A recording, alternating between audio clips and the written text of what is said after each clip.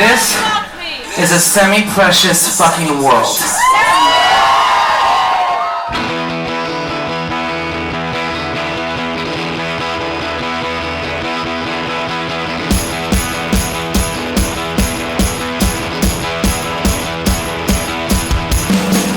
Where you at?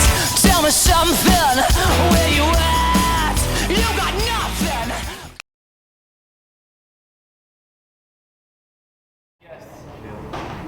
First off, I wanted to say thank you for agreeing to do this interview with massive fans. Of course. And we'd like to say thank you on behalf of everyone on the fan site.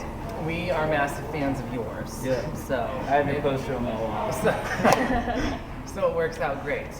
And the first question we wanted to ask, for those who don't know, where did you get the name SemiPreciousness Weapons from? We got the name from my brain. I just thought of it. I wish there was a cooler story than that, but there isn't. And then he called me and said, hey, guess what? Our band's called SemiPreciousnusWeapons. And I said, cool, see you later. And we hung up. And that's literally what happened. And then I called them, and here we are.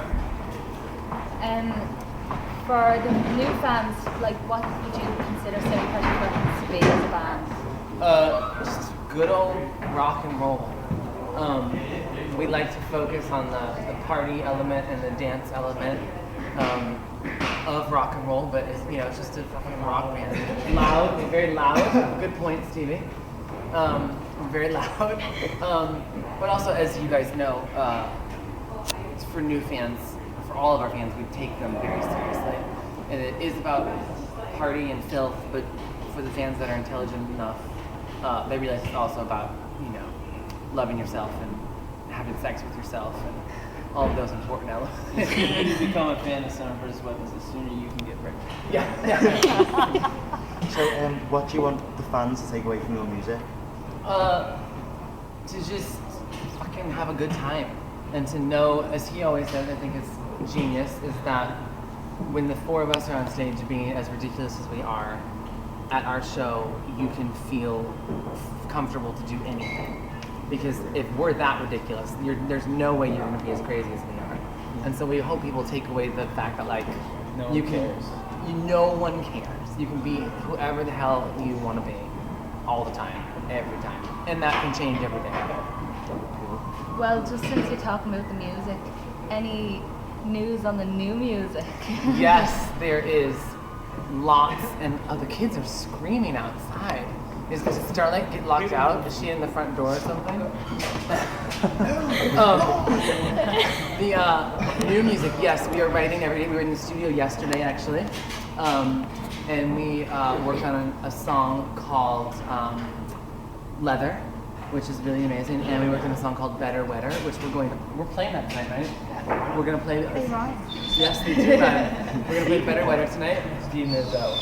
And there's also a new amazing song called Lay Your Lies that we're really, really excited Oh, about. you tweeted the lyrics, Yes. didn't you? Yeah. You might hear it in the venue tonight, playing on PA speakers if you're smart enough. And We have a lot of radical new songs. really radical, and we really want to prove to people that you can dance to rock and roll. And I think we're gonna in all the new music, it's gonna make people dance even harder. But we're gonna leave some mystery to it all. Yeah. At the Monster Ball, you thanked the crowd for being more than 12 people. When you first started off, you were playing in small clubs in New York, and obviously now you're on the road with Gaga, and you get to play to 20,000 people every night. How's the transition been? And the transition is amazing. It's just it's Starlight locked out, and Sean doesn't understand what's happening. It's good. These are our fans.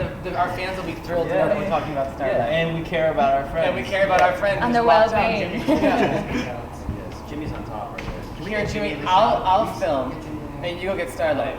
No, I'm serious. I'm gonna do both. Okay. I'll film. That's what I do. Yeah, that's what he does. Yeah, The transition has been, it's been. We always say but look, here we are tonight in this tiny club. Now it is sold. I think we could have played somewhere bigger. Yeah. But we love this to be able to. Tomorrow night we're at the O2. So we're gonna play to 20,000 people opening for Gaga. But tonight we're here playing for 250 hardcore insane fans that know every SPW lyric ever. So there really hasn't been a transition because it's just we still do both things, and we love them both just as much, but obviously for very, very different reasons. We love opening for Gaga because you're exposed to so many new, cool fans. Because as you know, her fans are really awesome. But when you get to play to bars like this, everyone likes you.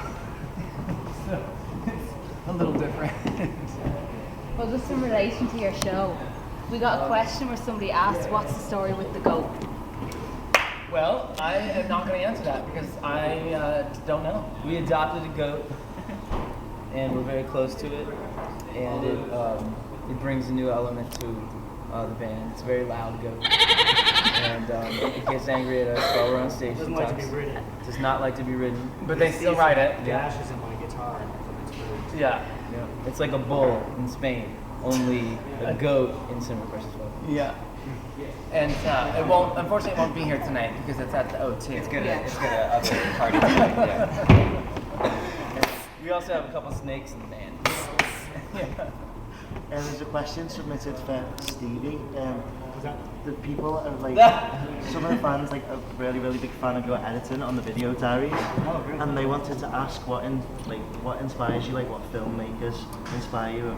I'm into like a lot of like kind of obscure underground filmmakers. Like if you see some of like I use like 16mm, 8mm, like weird scratch bleach film. That's all inspired by like the 60s. Yeah, like that. That's all I'm going. Wait, Stevie, answer that question again once that stops. Wait, get a shot of that. Yeah.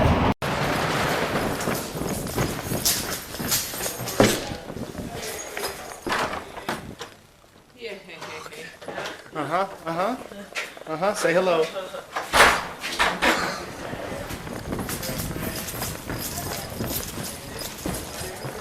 I'll make a list. The next webisode, I'll be inspired by. Yeah. He's also a big fan of the filmmaker Tutorial. Yeah. The next question is, a lot of people, I don't know if a lot of people like know this, but you've all like got music degrees. Yes. Do you think that people judge you at face value based on your fashion? Yes, Instead of the music? Absolutely, every single day. Every single day, people judge us because of the way we look. And that we are fine with that because we look awesome. One day I want someone to listen to a recording of us and say, man, those guys are awesome musicians. I bet their fashion sucks. Yeah, that would be really good. You know, it's a weird thing. It's like there's nothing you can do. Like, we probably more than any other band that I know of that is out there right now. I'm not saying it's a good thing. I'm just saying we have more musical, like, official education than most bands would ever want, including ourselves. But we have it. But most people think we're fucking idiots because we look crazy. But we're fine with that. I'm trying daily to become more of an idiot, and it's working. Yeah. Well, just about like the fact that you're starting to get a lot bigger than you used to be. Based on what you used to be and what you are now, is there one thing you would change that you have now that you don't have now? I think at the limit is just the opportunity to play so many shows. I think is the best thing about the little bit of success we have is that we just get to play. We play literally 5 nights a week, and I think that's just that's fucking priceless. We sat around forever just begging and praying for someone to take us on the road, no matter how stupid it was. And now we can't fucking get off the road to save our lives, and it's awesome. When we got our first 3-week tour, we thought that it was like our lives had changed forever. And now we've been on tour for 18 months straight, so it's the shows are the best part for sure. What's been the most memorable city that you've played at and the best experience you've ever had? But the most memorable city? Yeah. I think it probably would be different for all of us. Dan remembers Gdansk, Poland really well. And had a really memorable experience with some fans. I remember Croatia because it was the first time that I looked out into the arena and every inch of the seats were into every moment of our show. we got a standing ovation and everything. It was really powerful. Everyone knew our songs. It was really amazing. I think for me it was maybe New Zealand, because that was the first time we felt like, oh my god, this might actually Yeah, work. you had so many fans. Yeah, there. it was so crazy, and it was just like, oh my god, we might actually get to like pay our rent one day. This is really, really awesome. That was, and then also I think one of my favorite fan moments was actually